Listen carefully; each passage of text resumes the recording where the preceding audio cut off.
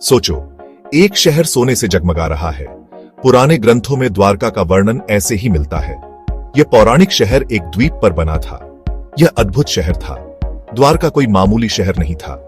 यह भगवान कृष्ण का निवास स्थान था। वो हिंदू धर्म में सबसे प्रिय देवताओं में से एक है। कृष्ण की कहानियां ज्ञान और रोमांच से भरी है। कृष्ण को अक्सर नीली त्वचा और एक नटखट मुस्कान के साथ दिखाया जाता है। वह एक दोस्त, एक दार्शनिक और एक दिव्य नायक है, और उनकी नगरी द्वारका उनकी कथा में एक महत्वपूर्ण भूमिका निभाती है। कृष्ण ने द्वारका बसाने के लिए अपना बचपन का घर छोड़ दिया। यह निर्णय उनके जीवन का एक महत्वपूर्ण मोड़ था। उन्हें एक नए राज्य की जरूरत थी, जहां वे अपने लोगों को सुरक्षा और समृद्धि प्रदान कर सके। ये सब उन्होंने अपने दुष्ट मामा कंस को हराने के बाद किया। कंस की हार के बाद कृष्ण ने एक नए युग की शुरुआत की। महाभारत में द्वारका का विस्तृत वर्णन है। यह शहर अपने समय का एक अद्वितीय उदाहरण था। इसमें ऊंची दीवारें, चौड़ी सड़कें और खूबसूरत बगीचे थे। यह शहर वास्तुकला का एक चमत्कार था। यह शहर शांति और समृद्धि का स्थान था। यहाँ के लोग एक सुखी और संतुलित जीवन जीते थे। यह विद्या और कला का केंद्र था। यहाँ के विद्वान और कलाकार अपनी कला में निपुण थे। द्वारका सिर्फ एक शहर से बढ़कर था। यह एक सांस्कृतिक और आर्थिक केंद्र था। यह कृष्ण के आदर्श राज्य का प्रतिनिधित्व करता था। यहाँ के लोग धर्म और न्याय का पालन करते थे। यह एक ऐसा स्थान था जहां धर्म और न्याय का बोलबाला था। यहाँ के न्यायालय निष्पक्ष और ईमानदार थे। कहा जाता है कि द्वारका के लोग सुखी और संतुष्ट थे। वे अपने जीवन से पूरी तरह संतुष्ट थे। द्वारका कृष्ण के शासनकाल का प्रतीक बन गया। यह उनके नेतृत्व और दूरदर्शिता का प्रमाण था। यह एक स्वर्ण युग था। द्वारका की समृद्धि और शांति अद्वितीय थी, लेकिन हर चीज की तरह यह हमेशा के लिए नहीं रहने वाला था। समय के साथ द्वारका भी इतिहास के पन्नों में खो गया। द्वारका की कहानी का अंत सुखद नहीं है। यह एक ऐसा शहर था जो कभी समृद्धि और वैभव का प्रतीक था। कई प्राचीन शहरों की तरह यह समुद्र में समा गया। इसके अवशेष आज भी समुद्र की गहराइयों में छिपे हुए हैं। महाभारत द्वारका के डूबने की कहानी बताती है। यह कहानी पीढ़ी दर पीढ़ी सुनाई जाती रही है। कृष्ण के मृत्यु लोक छोड़ने के बाद शहर का विनाश निश्चित था। यह एक ऐसा समय था जब प्रकृति ने अपनी शक्ति दिखाई। समुद्र ऊपर उठा और द्वारका को अपने में समेट लिया। यह दृश्य आज भी लोगों के मन में बसा हुआ है।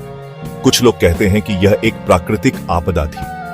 यह एक ऐसी घटना थी जिसने सब कुछ बदल दिया। दूसरों का मानना है कि यह एक श्राप था। यह एक रहस्य है जो आज भी अनसुलझा है। द्वारका के डूबने की कहानी एक याद दिलाती है कि कुछ भी स्थायी नहीं है। समय के साथ सब कुछ बदल जाता है। महानतम शहर भी ढह सकते हैं। यह एक सच्चाई है जिसे हमें स्वीकार करना होगा। लेकिन द्वारका की कहानी जीवित रही। यह कहानी आज भी लोगों के दिलों में बसी हुई है। यह पीढ़ी दर पीढ़ी चली आ रही है। हर पीढ़ी ने इसे अपने तरीके से समझा और सराहा है। सदियों से लोग मानते थे कि द्वारका सिर्फ एक मिथक है, लेकिन विज्ञान और खोजों ने इस धारणा को बदल दिया है। लेकिन भारत के तट पर पानी के नीचे की खोजों ने उस विश्वास को चुनौती दी। ये एक नई शुरुआत का संकेत है। क्या द्वारका का खोया हुआ शहर मिल सकता है? यह एक सवाल है जो आज भी अनुत्तरित है।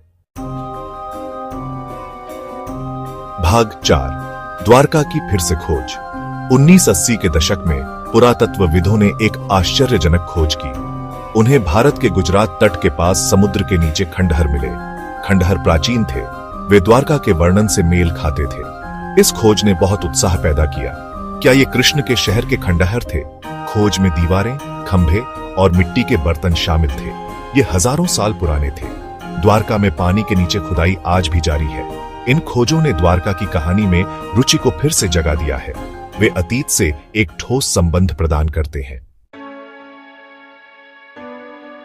भाग 5, कहानियां बनी रहती है।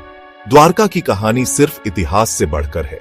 यह एक ऐसी गाथा है जो समय की सीमाओं को पार करती है। यह हमें महत्वपूर्ण सबक सिखाती है।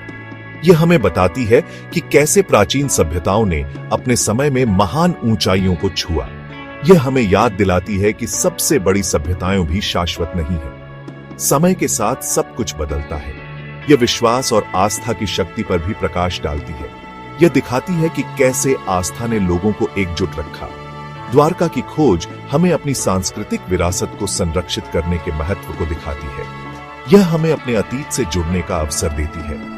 यह कहानियों की शक्ति को दिखाती है जो हमें अतीत से जोड़ती है।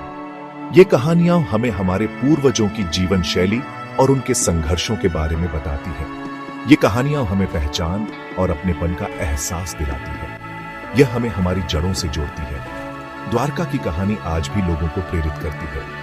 यह हमें हमारे सांस्कृतिक धरोहर की महत्ता का बोध कराती है।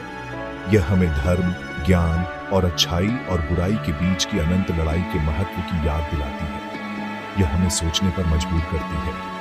हालांकि यह अब लहरों के नीचे है, फिर भी इसकी विरासत चमकती रहती है। यह हमें सिखाती है कि सच्ची महानता कभी नहीं मिटती।